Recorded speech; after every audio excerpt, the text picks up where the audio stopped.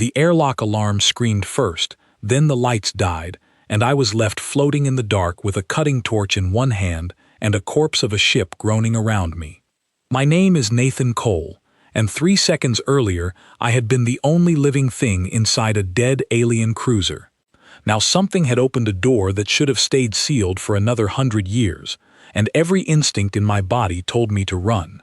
I did not run. I could not. The corridor behind me had already folded in on itself, crushed by some automated defense system that had just woken up after decades of silence. The only way out was forward, into the black heart of the ship, toward whatever had just triggered that alarm.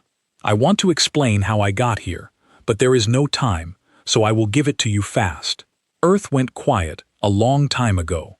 Not destroyed, not conquered, just quiet, cut off from the wider galaxy after something happened during a first contact that nobody alive remembers clearly. The stories vary depending on who tells them. Some say humanity begged for peace. Some say humanity was too dangerous to let near the stars. Whatever the truth was, it left my species a rumor, a cautionary tale mentioned in passing by traders who had never actually met one of us. I am one of the first generation of humans allowed to fly past the old boundary markers again. Not as a soldier, not as a diplomat, just a salvager, someone who flies into wrecks that bigger, richer species consider too dangerous or too worthless to bother with. I make my living pulling scrap and old tech out of ships that time forgot. It is not glamorous. It is not safe. But it pays, and out here, past the edge of everything familiar, it is the only work a human with no connections can get. This particular wreck had been drifting for at least 60 years, based on the corrosion patterns on the hull. No registry beacon, no salvage claims filed, which meant either everyone who might claim it was dead or everyone who knew about it wanted it forgotten. Both of those things should have made me turn my ship around and find easier prey. Instead, I saw the size of the cruiser, did the math on what the reactor core alone might be worth, and decided the risk was worth it. I was wrong, but not in the way I expected. Deep in the ship, past 3 sealed bulkheads I had to cut through by hand, I found a chamber that did not match the rest of the vessel. Everything else on that ship was cold and dark and dead, but this room had power. Dim, flickering, barely enough to see by, but power all the same, which meant something in here had been kept alive on purpose, for a very long time. In the center of the room sat a stasis pod, the kind used for long-term preservation of a living body. The glass was fogged with age, but I could see enough through it to make my stomach drop. Whatever was inside had a shape I recognized. 2 arms, 2 legs, a human shape. I stood there staring at it, trying to convince myself I was wrong, that the light was playing tricks, that this was some alien species that simply looked similar from a distance. But the readout panel beside the pod, half burned out but still faintly glowing, displayed a string of characters that any salvager who has spent time in human space would recognize instantly. A genetic signature format. Human, not alien.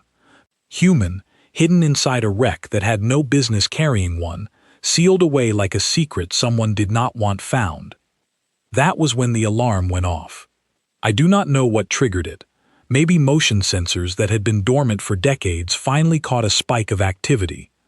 Maybe the pod itself sent a signal the moment its seal was disturbed by my presence in the room. Whatever the cause, 30 seconds after the alarm started, my ship's proximity sensor screamed a warning through my comm unit that made my blood run cold.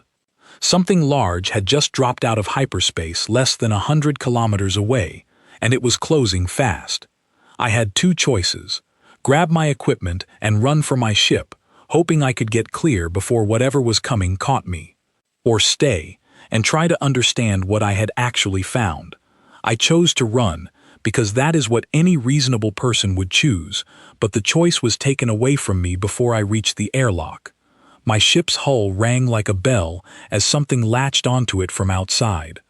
Not weapons fire, a docking clamp. Whoever was out there was not trying to destroy me. They were trying to catch me. I made it back to my cockpit just in time to watch, through the forward viewport, as a vessel unlike anything I had ever seen slid into position beside the wreck.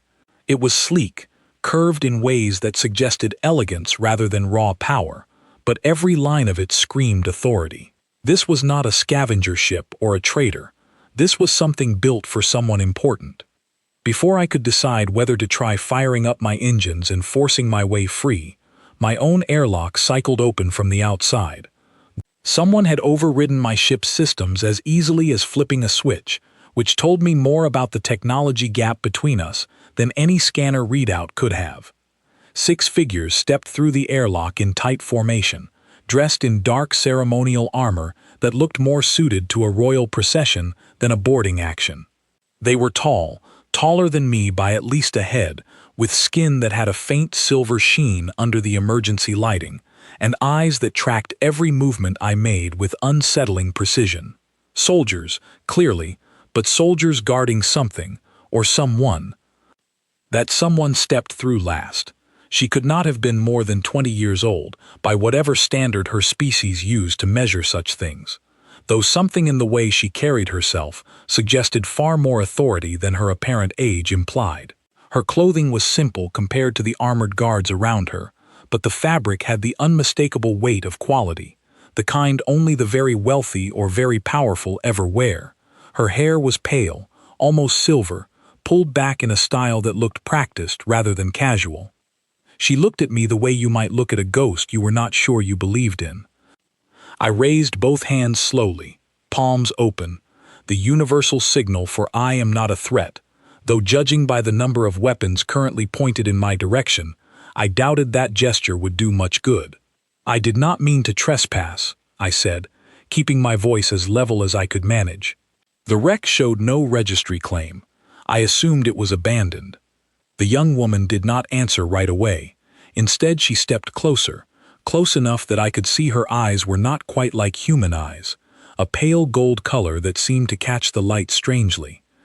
She studied my face with an intensity that made me deeply uncomfortable, tracing the line of my jaw, the shape of my eyes, the color of my hair, as if she was comparing me against a memory or an image she carried somewhere in her mind. "Your name," she said finally. Her voice was quiet, controlled, but underneath it, I could hear something trembling, something she was working very hard to keep contained. "Tell me your name." "MeThen Cole," I said.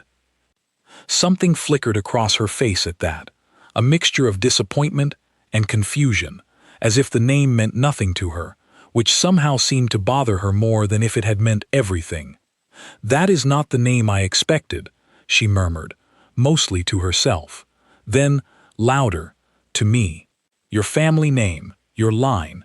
Do you know the names of those who came before you? Your grandmother, specifically?" The question caught me completely off guard. Of all the things I expected to be asked while surrounded by armed guards on a stranger's ship, a genealogy question was not on the list. "My grandmother," I repeated slowly. "I never knew her. She died before I was born. My father barely spoke of her. Why does that matter right now?" The young woman's composed expression cracked, just slightly, just enough for me to see real emotion underneath it. She turned to one of the guards and said something in a language I did not understand, fast and urgent, and the guard's posture immediately shifted from wary to something closer to reverence, which only confused me further.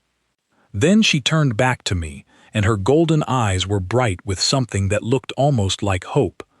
"I need you to understand that this is not a coincidence," she said. "This ship, this wreck, the pod you found inside it, none of that happened by chance. And you, MeThen Cole, finding your way onto this particular vessel, at this particular time, that is not chance either.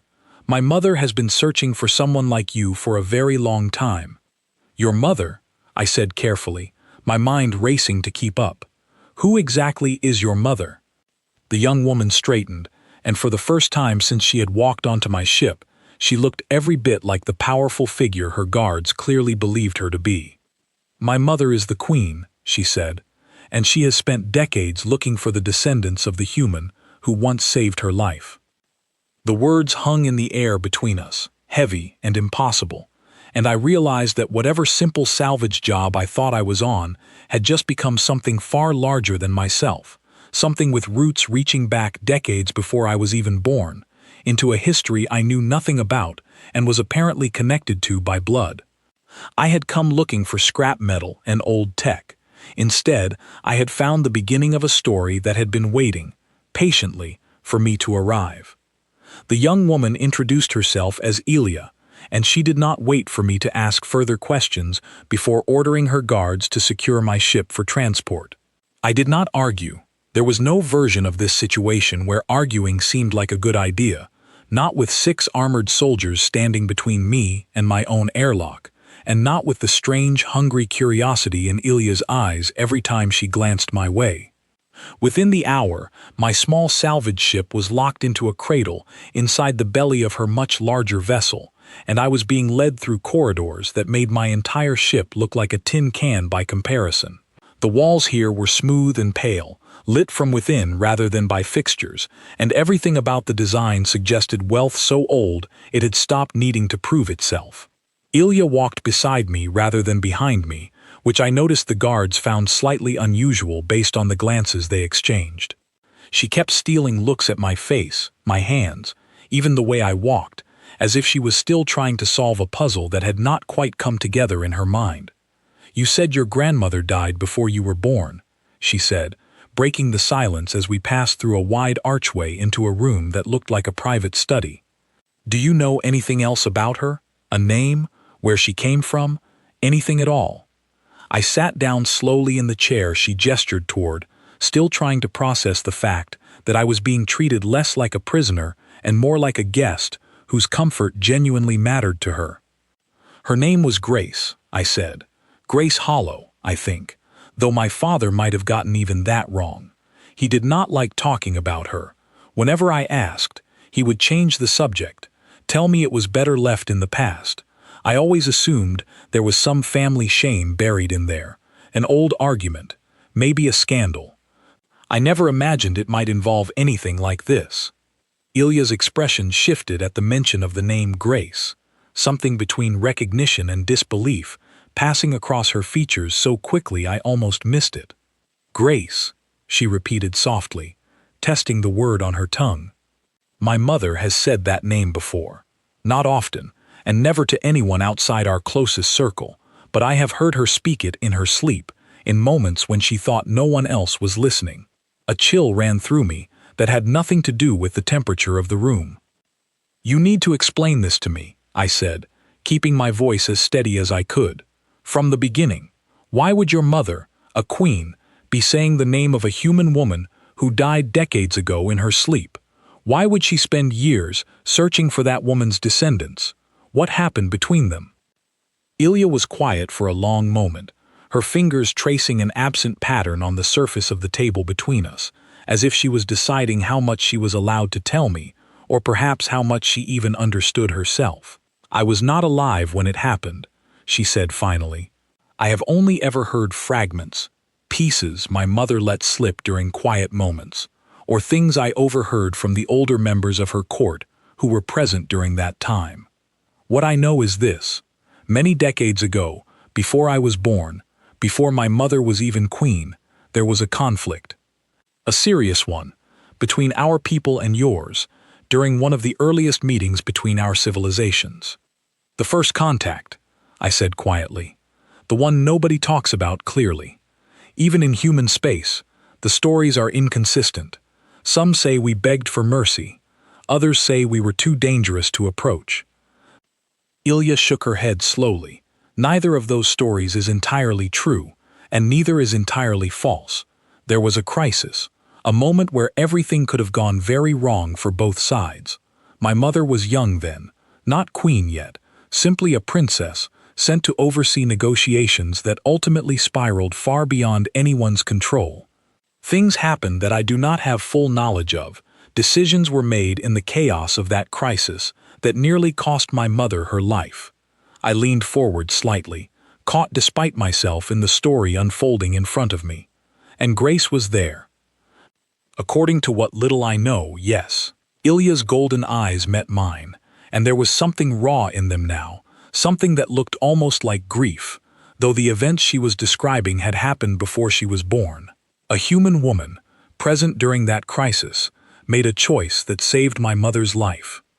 I do not know the details of what that choice cost her, but I know it was significant enough that my mother has never stopped speaking of it, even decades later, even after becoming queen, even after building an empire that spans more systems than I can count on both hands.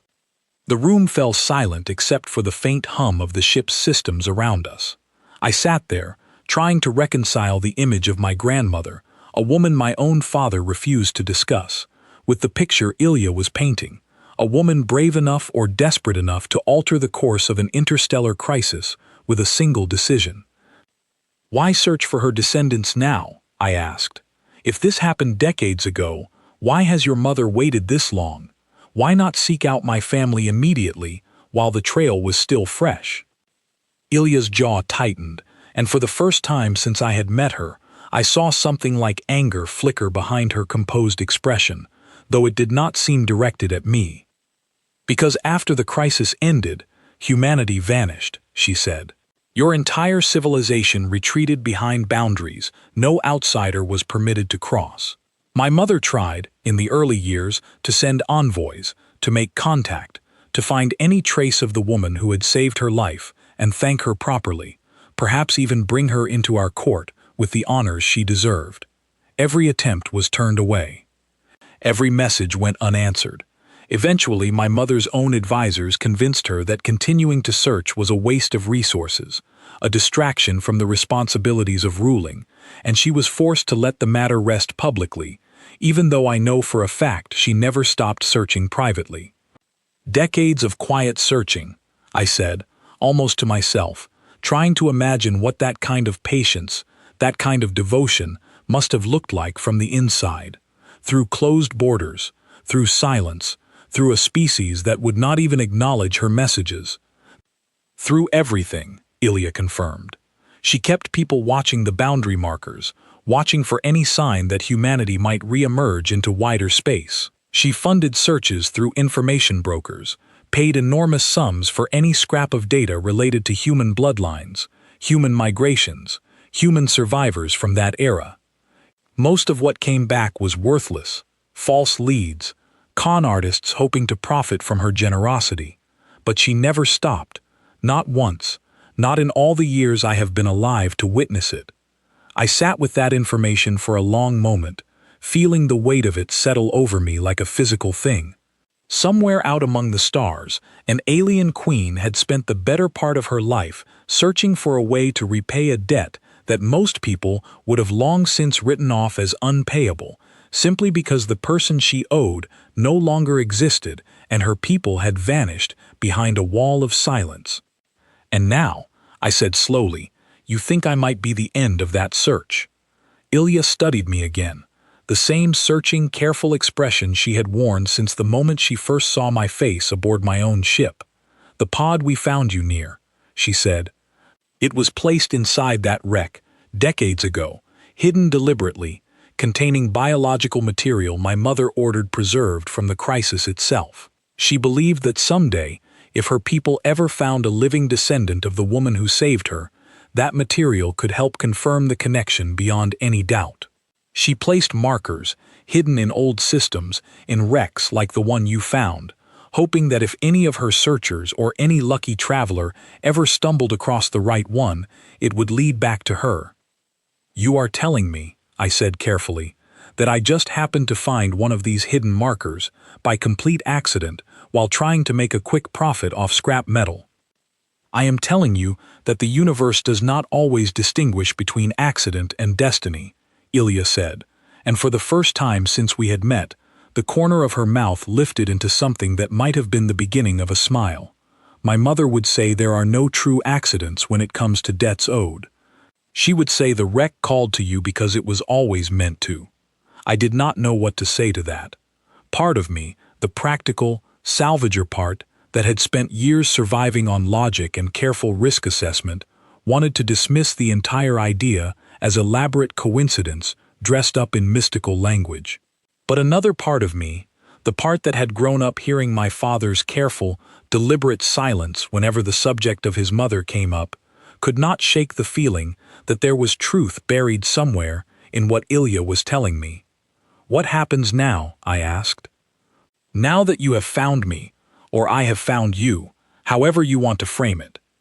Ilya rose from her seat, smoothing the front of her clothing with a practiced motion that reminded me she had been raised for a life of formality and expectation, even if her eyes still carried genuine, unguarded emotion whenever she looked at me. "Now," she said, "I take you to my mother. She deserves to know that her decades of searching were not in vain, and you deserve to hear, directly from her, exactly what your grandmother did, and exactly what our people owe your family in return." The weight of that statement settled over me slowly, like snow accumulating on a rooftop, quiet at first, then suddenly, undeniably heavy. I had left home as a salvager searching for scrap metal in a dead ship. I was about to be presented to a queen who had spent decades of her life and considerable resources searching for someone exactly like me. I thought about my father, about his careful silence, about the questions I had never been able to ask because he had refused to answer them. Somewhere along the way, my family's story had become tangled with the history of an entire civilization, and I had walked into the middle of it without any warning, without any preparation, carrying nothing but curiosity and a cutting torch.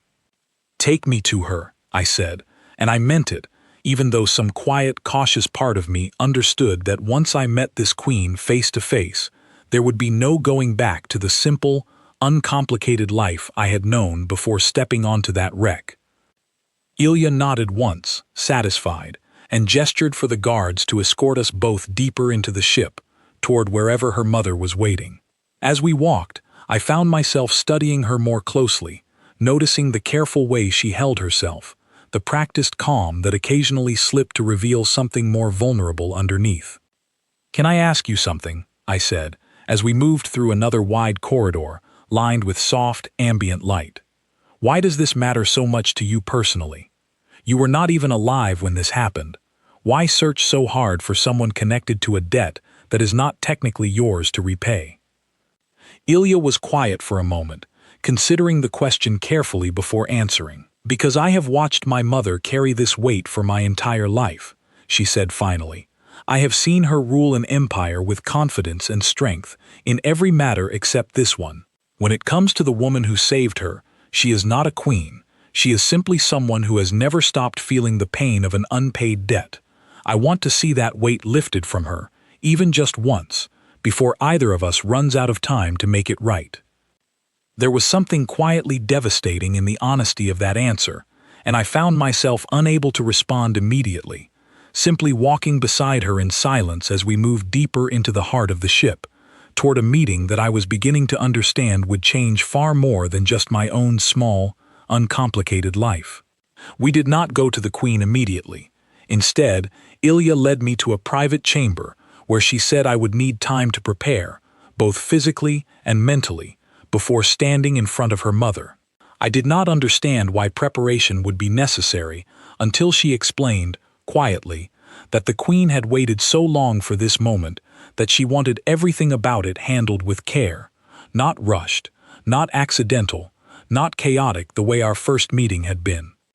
While attendants brought clean clothing and offered food I did not recognize but ate anyway out of politeness, Ilya sat across from me and continued filling in pieces of the story her mother had never told publicly.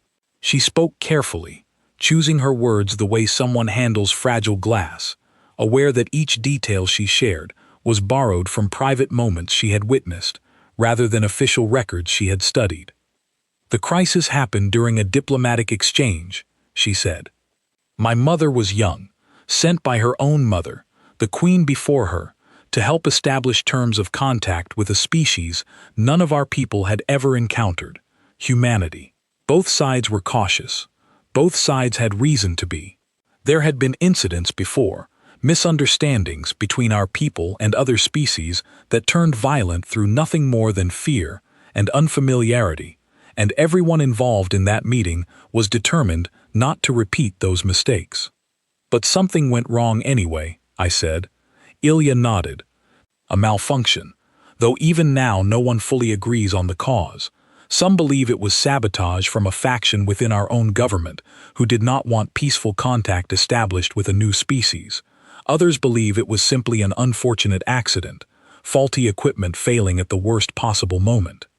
Whatever the cause, the result was a catastrophic failure in the environment aboard the meeting vessel, one that put everyone present in serious danger, including my mother. I sat forward, listening intently now, the story pulling me in, despite every instinct telling me to remain cautious and skeptical. During the chaos, Ilya continued, most of the delegates from both sides scrambled toward the escape pods, prioritizing their own survival, which is an understandable response to a crisis of that scale. My mother, however, was trapped, separated from the others by a collapsed section of the vessel, unable to reach safety on her own. She has told me, in the rare moments she has spoken of this at all, that she believed she was going to die there, alone, in a ship falling apart around her, with no one even aware of her location. And Grace found her, I said quietly, the pieces finally coming together in my mind. Grace found her, Ilya confirmed. According to what my mother has shared, this human woman had already reached a place of relative safety, had already secured her own path to an escape pod, and could have left without ever knowing my mother was still trapped inside. Instead, she turned back.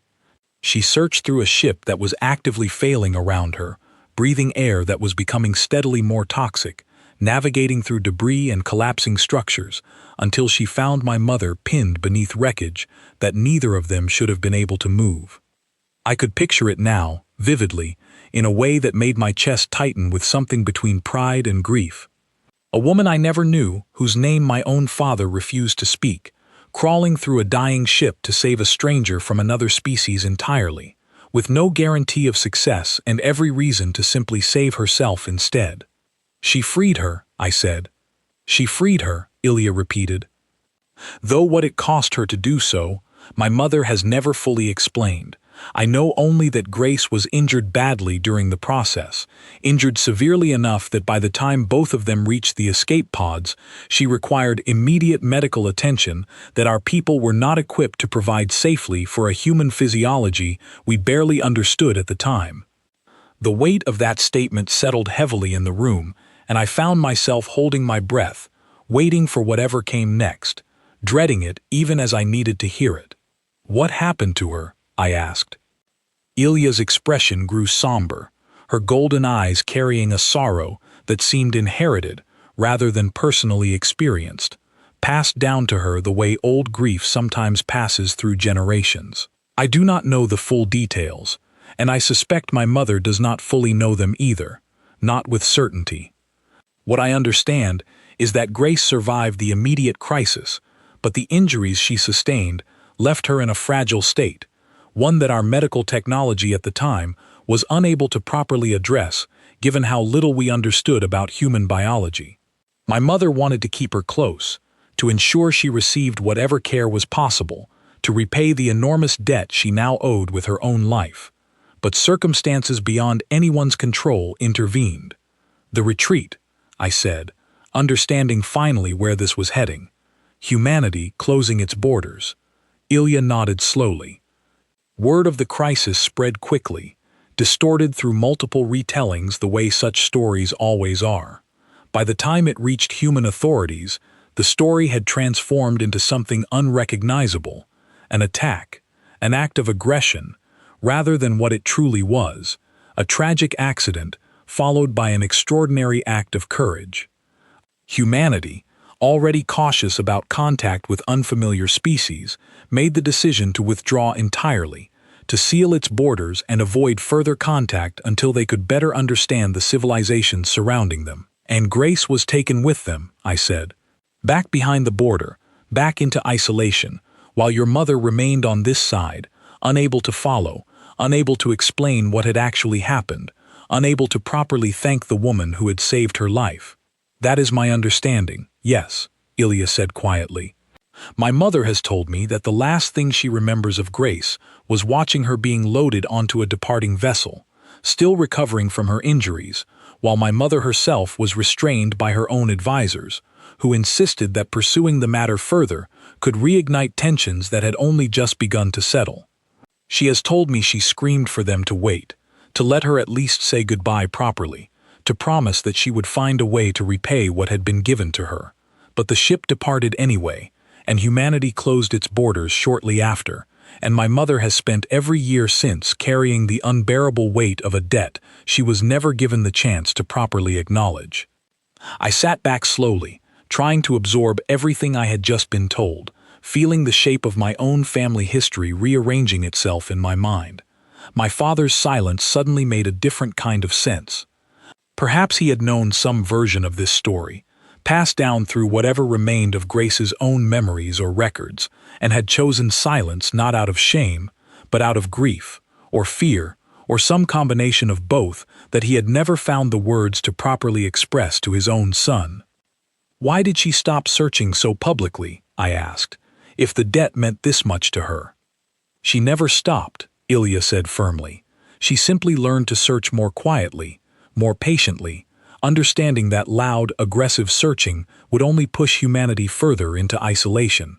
She positioned trusted agents near the border, funded information networks designed to catch any whisper of human activity beyond the boundary, and placed markers, like the one you found, throughout systems where she believed wrecks or debris from that era might eventually be discovered by explorers or salvagers like yourself. She has waited decades, Nathan Cole, for exactly this moment, for someone connected to Grace's bloodline to stumble across evidence of what happened and choose, of their own free will, to follow that thread back to her. I thought about the wreck, about the stasis pod hidden deep inside it, about the biological material the Queen had ordered preserved specifically to confirm a connection like mine beyond doubt. I thought about how close I had come to simply grabbing what I could carry and leaving that chamber, without ever noticing what was inside the pod, how easily this entire chain of events could have never happened at all. What does she want from me? I asked finally, now that she has found me, an apology accepted on Grace's behalf? Some kind of formal acknowledgement? What exactly does repaying a debt like this look like, after all this time? Ilya considered the question carefully before answering. I do not think my mother knows precisely what she wants, beyond the simple opportunity to finally express what she has carried silently for decades. I believe more than anything she wants to look into the eyes of someone connected to the woman who saved her life, and say the words she was never given the chance to say when it mattered most. There was something in the simplicity of that answer that struck me harder than any grand political explanation could have. This was not, at its core, a story about diplomacy or debts owed between civilizations. It was a story about a young woman who had nearly died, saved by a stranger's courage, only to have that stranger torn away before any proper thanks could be given. Decades later, that same woman, now a queen with an empire under her command, still carried the unresolved grief of an unfinished moment, still searched tirelessly for any chance to close that circle. I want to meet her, I said, surprising myself with how certain I sounded. Not because of any debt, not because of politics between our species, but because it sounds like she deserves the chance to finally say what she has been carrying for so long. And honestly, I would like to know more about my own grandmother, about the person she must have been to make a choice like that without hesitation. Ilya's expression softened, something like relief passing across her features, as if she had been afraid I might refuse, might turn away from the weight of what was being asked of me. Then let us not keep her waiting any longer, she said, rising from her seat. She already knows you are aboard this ship. She has known since the moment my guards confirmed your identity from the wreck's security logs. I imagine every moment we spend here talking feels like an eternity to her. I stood as well, feeling a strange mixture of nervousness and resolve settling over me as we prepared to leave the chamber. Whatever I had expected when I set out on this salvage run, it certainly had not been this, a journey backward through a hidden chapter of my own family's history, toward a meeting with a queen who had spent the better part of her life waiting for exactly this moment to arrive. As we walked together toward the throne chamber, Ilya glanced at me one final time before we reached the entrance. "There is one more thing I should tell you," she said, her voice quieter now, almost hesitant. "My mother is not simply grateful to Grace. She loved her, in whatever way that word can apply to a friendship forged in a single, desperate hour aboard a dying ship. She has never remarried, never taken another close companion in all the years since, and I have always believed, though she has never said it outright, that some part of her heart has remained tied to that memory ever since." I absorbed that information slowly, feeling the full weight of what I was about to walk into. This was not merely a political debt or a historical curiosity. This was decades of unresolved love and grief, carried silently by a woman powerful enough to command an empire, but unable to command her own unfinished heart. "I understand," I said quietly, though I was not entirely certain that I did. Not fully, not yet, but I understood enough to know that whatever happened next deserved to be handled with more care and respect than I had ever given anything in my life before. The doors ahead of us began to open slowly, revealing a bright, open chamber beyond, and somewhere inside, waiting after decades of searching, was the Queen, who had never stopped looking for me. The chamber beyond the doors was nothing like I expected from a throne room. There was no towering seat of power, no display of wealth meant to intimidate visitors. Instead, the space was open and quiet, lit by soft natural light filtering through wide viewports that looked out onto the stars, and at the center of it all stood a single figure, alone, facing away from us, watching the darkness outside as if she had been standing there for hours. She turned when the doors opened, and the moment her eyes found mine, I understood immediately why Ilya had been so shaken when she first saw my face. The Queen's expression shifted through disbelief, hope, and something achingly close to fear, all within the span of a single breath. She was older than Ilya, obviously, though her species aged in ways that made it difficult for me to guess exactly how many decades separated them. Her silver hair was longer, more elaborately styled, and her eyes carried a weight that Ilya's had not yet accumulated, the weight of decisions made and consequences lived with over a very long life. "Come closer," the Queen said, her voice steady despite the emotion clearly building behind it. "Let me see you properly."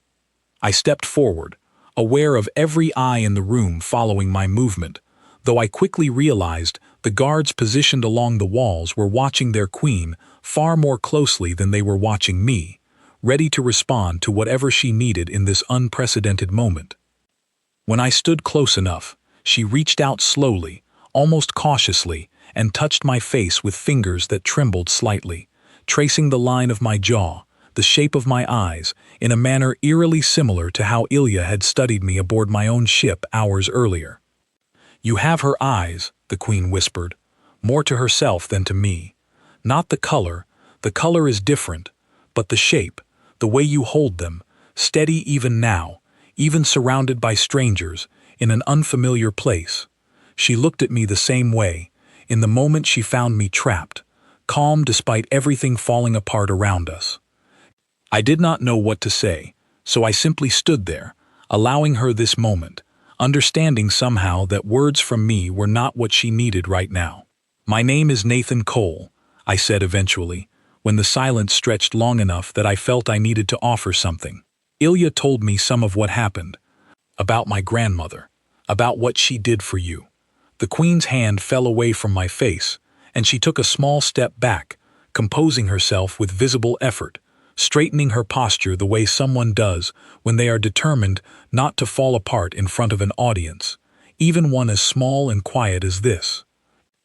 "Grace," she said, testing the name aloud the way Ilya had done earlier, though there was a depth of familiarity in how she said it that made clear this was not the first time the name had crossed her lips. I have said her name more times over the decades than perhaps any other word in any language I know, and yet I never truly believed I would have the chance to say it to someone who shared her blood.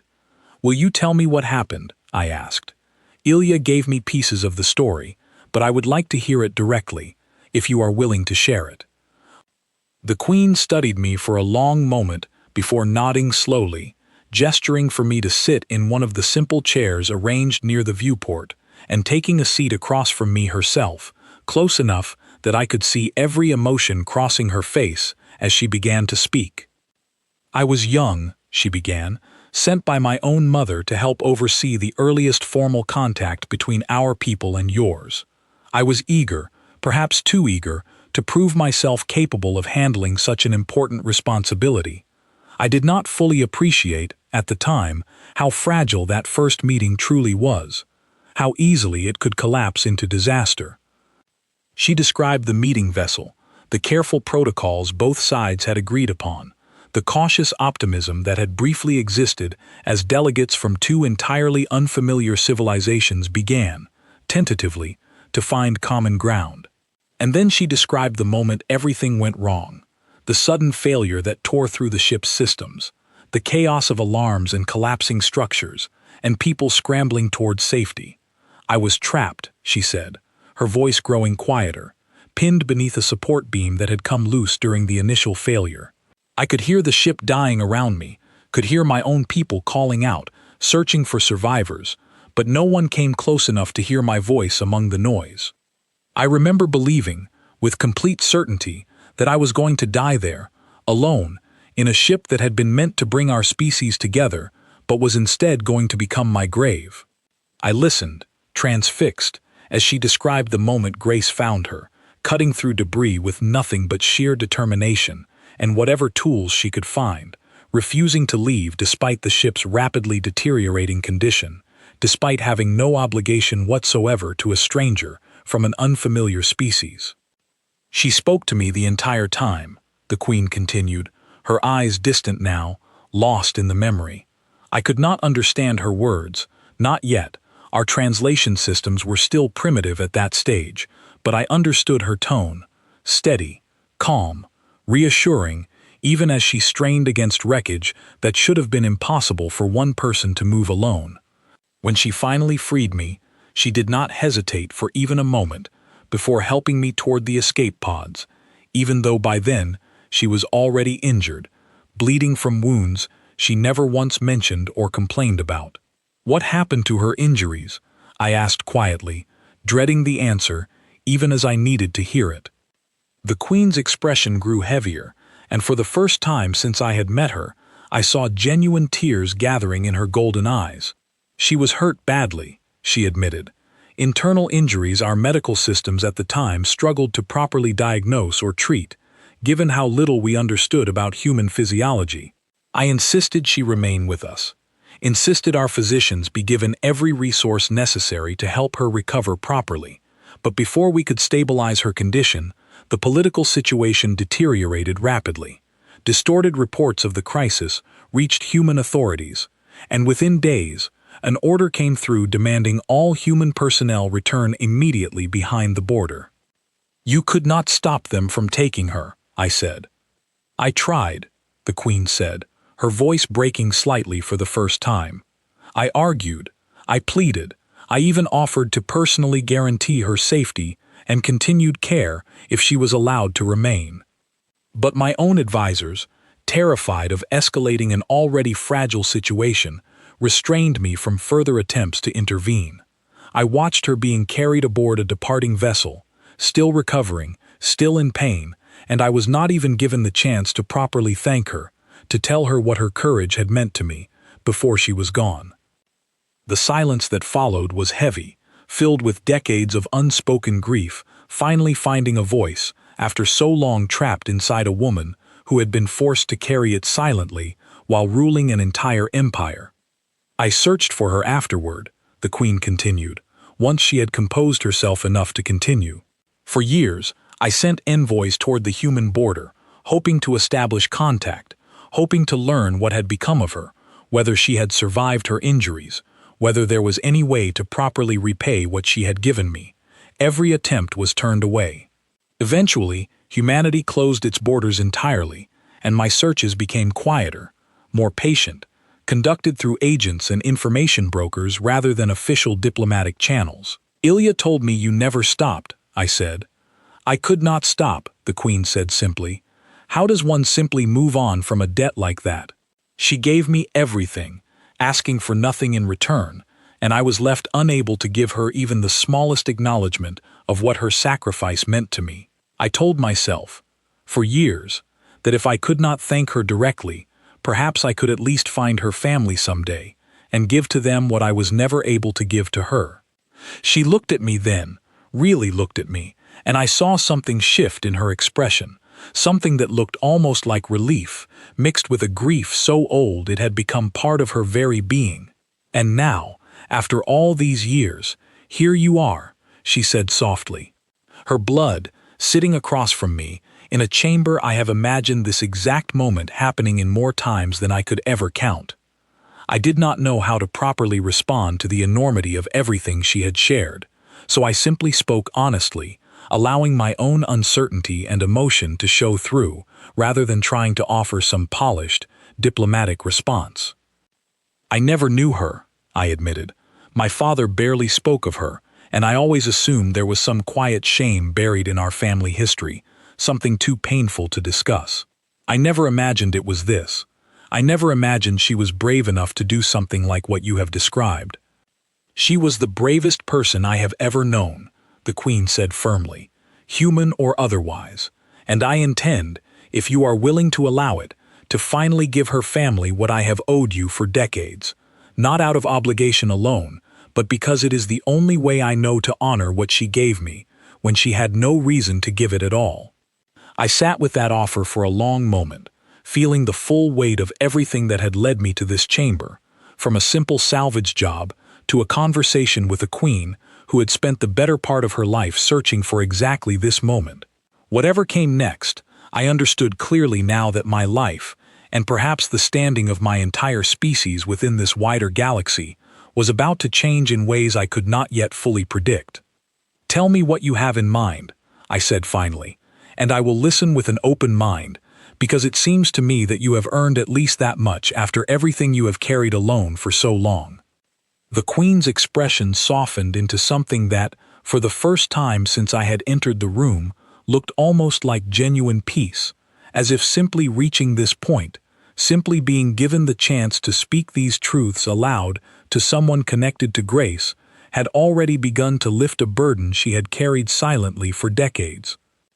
"What I intend to do," the Queen said, rising slowly from her seat and walking toward the viewport, where the stars stretched endlessly beyond the glass, "is not a private gesture. I have spent enough decades hiding this debt behind quiet searches and careful secrecy. It is time the truth of what happened during that crisis, and what your grandmother did, is known publicly, not just within my own court, but across every system under my authority, and beyond it, to any civilization willing to listen." I stood as well, moving closer to where she stood, feeling the gravity of what she was suggesting settle over me slowly. "You want to make this public," I said, "the story of what Grace did, the story of humanity's part in your survival." "I want the truth corrected," the Queen said firmly, turning to face me directly. "For decades, your species has been remembered across this region of the galaxy as a cautionary tale, a civilization that vanished behind closed borders after some vague, poorly understood incident. That reputation is not only incomplete, it is deeply unjust. Humanity did not simply retreat out of fear or aggression. One of your own risked everything, without hesitation, to save the life of someone she owed nothing to. That is not the story of a dangerous, unstable species. That is the story of extraordinary courage, and it deserves to be known as such." Something shifted inside my chest at her words, a mixture of pride and disbelief that a single act, buried for decades, could finally rewrite how an entire civilization understood my people. "There are risks in making this public," Ilya said quietly, speaking for the first time since we had entered the chamber, her tone careful but firm. "Not every faction within our own government will welcome a reminder of that crisis, particularly given the unresolved questions about whether the failure aboard that vessel was truly an accident or something more deliberate. And there will be those among the wider galactic community who view any acknowledgement of debt to humanity with suspicion, wondering what political advantage we might be seeking by elevating your species' reputation so publicly. The Queen nodded slowly, acknowledging her daughter's caution without dismissing it. "All of that is true," she said, "and none of it changes what I intend to do. I have spent too many years allowing caution and political convenience to silence a truth that deserved to be spoken plainly from the very beginning. I will not make that mistake again, not when I have finally been given the chance to correct it." She turned back to me, her golden eyes steady now, all traces of earlier tears replaced by something resolute and unshakable. "Nathan Cole, I intend to hold a formal ceremony, open to representatives from every major civilization within reach of my authority, acknowledging publicly the debt I owe to your grandmother, and by extension, to your entire species. I want the galaxy to know that humanity's disappearance behind its borders was not born from weakness or danger, but from a tragic misunderstanding following an act of profound bravery. And I want you, if you are willing, to stand beside me when I speak these words, as living proof that Grace's courage was not forgotten and that her bloodline still exists to receive the honor she was never given the chance to accept herself." The weight of what she was asking settled over me slowly, and I found myself understanding, for the first time, the true scale of what had begun the moment I stumbled across that hidden stasis pod in a forgotten wreck. This was no longer simply about my own family history, about finally understanding why my father had remained silent for so many years. This was about the reputation of my entire species, about how humanity would be perceived across a galaxy that had spent decades believing only the worst, incomplete version of our story. "I am not a diplomat," I said honestly. "I am not equipped to represent an entire species in front of powerful civilizations I know almost nothing about. I am a salvager. I fix broken engines and pull scrap out of dead ships. I do not know how to carry a responsibility like this." Neither did Grace, when she crawled through a dying ship to save a stranger she had never met, the Queen said gently. "Courage does not require preparation, Nathan Cole. It simply requires the willingness to act when the moment demands it. I am not asking you to become something you are not. I am asking you to stand beside me and allow the truth to be spoken, nothing more. The rest I will carry, as I have carried this debt for decades already." I thought about my father, about his careful silence, about the questions I had never been able to ask him before he passed, questions that might have prepared me for exactly this moment had he only been willing to answer them. I thought about Grace, a woman I never knew, who had made a choice in a single desperate hour that had shaped the following decades of an alien queen's life, and who deserved, more than anything, to have her courage remembered accurately rather than buried beneath vague rumors and incomplete history. "I will stand beside you," I said finally, surprising myself with how steady my voice remained despite the uncertainty churning beneath the surface. Not because I feel prepared for it, but because it seems like the very least I can do to honor what she gave you, and what she apparently gave up in order to give it.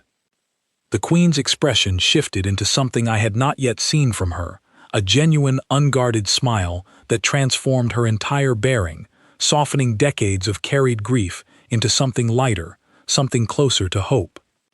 "Thank you," she said simply, and somehow those two words carried more weight than any formal declaration could have managed. The ceremony took place 3 weeks later, aboard a neutral station positioned at the crossing point of several major trade routes, chosen specifically for its accessibility to representatives from across the region.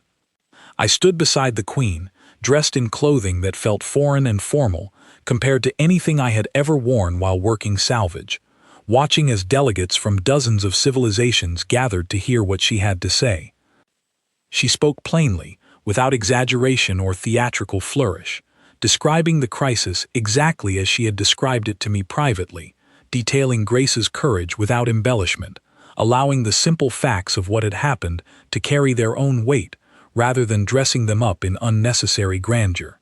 When she finished, she gestured for me to step forward, introducing me not as a political tool or a diplomatic asset, but simply as the grandson of the woman who had saved her life decades earlier. I did not have a prepared speech. I simply spoke honestly about growing up without knowing this story, about my father's silence, about the strange, disorienting journey that had led me from a forgotten wreck to this exact moment, standing in front of representatives from civilizations I had never even heard of before that day. The reaction across the gathered delegates was mixed, exactly as Ilya had warned it might be. Some expressed genuine admiration, recognizing the significance of what the Queen had chosen to acknowledge publicly. Others remained skeptical, questioning what advantages she might be seeking through this dramatic gesture, unwilling to simply accept a rewritten narrative about a species they had spent decades viewing with suspicion. But regardless of the varied reactions, one thing had undeniably changed by the time that ceremony concluded. Humanity was no longer simply a cautionary tale whispered about in passing conversation. We were, once again, a presence worth acknowledging, worth understanding properly, rather than dismissing based on incomplete rumors. In the months that followed, I found myself in an unusual position, neither fully a salvager anymore, nor fully comfortable in the diplomatic circles I now occasionally found myself moving through. Ilya and I maintained contact, exchanging messages across the growing distance between human space and her mother's empire, slowly building something that felt less like a political alliance and more like a genuine friendship forged through shared, unexpected circumstances. I eventually made the decision to return briefly to human space, carrying with me the full story of what Grace had done, hoping to share it with whatever remained of my scattered, isolated species. I do not know yet what humanity will choose to do with this knowledge, whether it will lead to renewed contact with the wider galaxy or simply another quiet chapter tucked away in our already complicated history. But I know that the silence my father carried for so many years has finally been broken, replaced by a story worth telling, worth remembering properly. Grace Hollow crawled through a dying ship to save a stranger who owed her nothing, asking for nothing in return, and in doing so, she reshaped the fate of an entire civilization decades after her own quiet passing.